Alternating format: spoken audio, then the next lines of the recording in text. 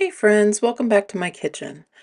Today I'm going to be making some Mrs. Wage's hot salsa, and I'm going to be water bath canning it to make it shelf stable so that I can store it in my pantry until I'm ready to use it. I really enjoy these Miss Wage's packets.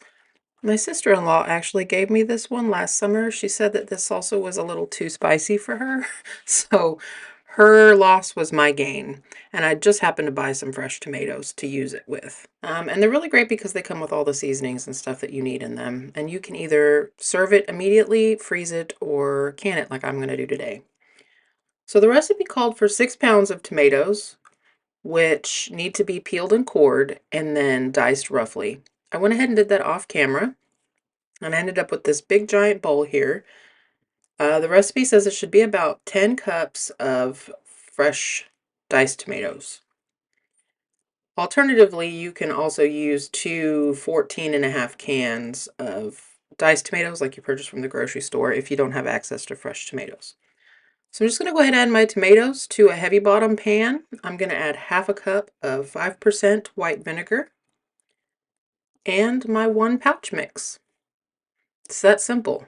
That is why I really enjoy these Mrs. Wages packets because I don't always have the time to cut up the peppers, cut up the onions, measure and weigh everything. And these packets use dehydrated vegetables. There's peppers and spices and onion and everything that you need to make a good salsa. It's just dehydrated and in the powder mix. So all of those jalapenos and bell peppers and things like that are going to rehydrate in the juices from the tomato and the vinegar while it cooks. So basically, I'm just going to mix this together really well. I have this on medium-high heat, and I'm going to bring it up to a boil. And once it reaches boiling, then I'm going to set a timer for 10 minutes and just let it simmer. While I'm working on the salsa mix, I do have my jars in my water bath canner heating up because this is a hot pack. It's hot salsa going into hot jars. I actually ran out of regular pint jars, so I'm using wide mouth pints, but the recipe on the packet says that we'll make approximately 5 pints. And I actually ended up with 6 and a little over. That all just kind of depends on the juiciness of your tomatoes. So once my salsa has simmered for 10 minutes, I'm going to go ahead and start canning it up. I'm not going to do a really detailed tutorial on how to can. I do have a canning playlist that I can link in the upper right hand corner if you're interested in more step-by-step how to water bath can. But for now, I'm just going to show you how I add this to the jars. It says to fill your jars to 1/2 inch of headspace. And then I'm going to go ahead and debubble my jars once I get it there.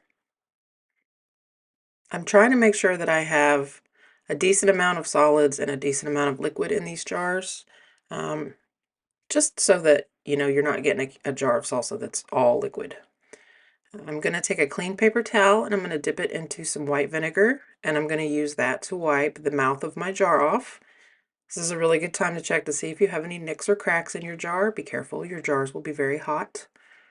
I'm going to add my lid and I'm going to screw the ring on finger tight. Once I get that done, I'm going to go ahead and get this jar back into the hot water bath canner. And I'm going to pull 2 more jars to show you really quickly. Same deal.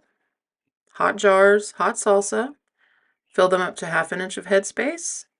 And don't be like me and forget to debubble your jars. It is really good practice, even if something you're canning happens to be really liquidy, to still debubble. You'll see here I forgot to debubble these 2 jars, but thankfully they still sealed.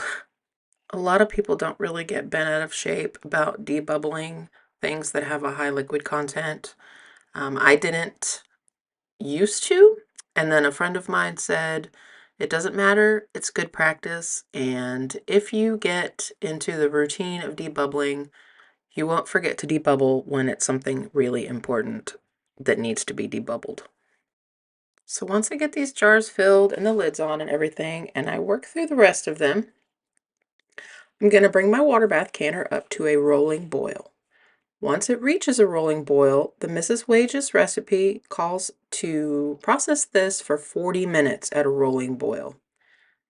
That is for altitudes up to 1,000 feet. If you are any higher than 1,000 feet, you will need to consult with the Mrs. Wage's website.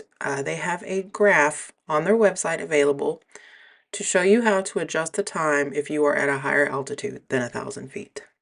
Now, my sister said the salsa was too spicy for her, but I tried the little bit that I had left over afterwards, and I didn't find it to be really that spicy at all.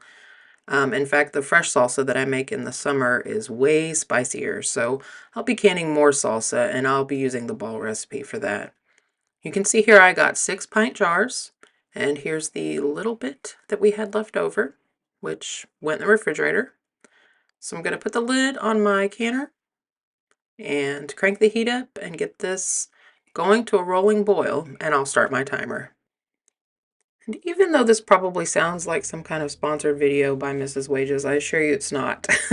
I just think that these packets of seasoning can be a valuable tool for somebody that's maybe first learning how to can, and you're trying to get through the principles of canning so that you can move on to more complicated recipes. These really simplify that, and it helps you get practice using a canner. But as you can see, all of my jars look lovely. The sauce is still boiling a little bit when I took it out, but they all did seal up quite nicely. Now you'll notice here when I zoom out that some of them look like they have separated. Well, that's because some jars have more liquid than solids in them, and once they completely cool off, it's not a big deal. You can just shake the jar up. It's an aesthetic thing. It doesn't affect the quality of the salsa. This pretty much happens to every tomato product I have ever canned. The solids of the tomato like to separate from the liquid part. But like I said, if it bothers you to look at it like that, just give it a shake. And that's all I have for you this week, friends. If you're still here, thanks for watching. And if you're new here, hi, my name is Jen. I do cooking, canning, and food preservation videos every Tuesday, and I do garden vlogs every Friday. If you're interested in that sort of content, I hope you'll consider subscribing and sticking around. We'd really love to have you here. Until next time, friends, happy cooking.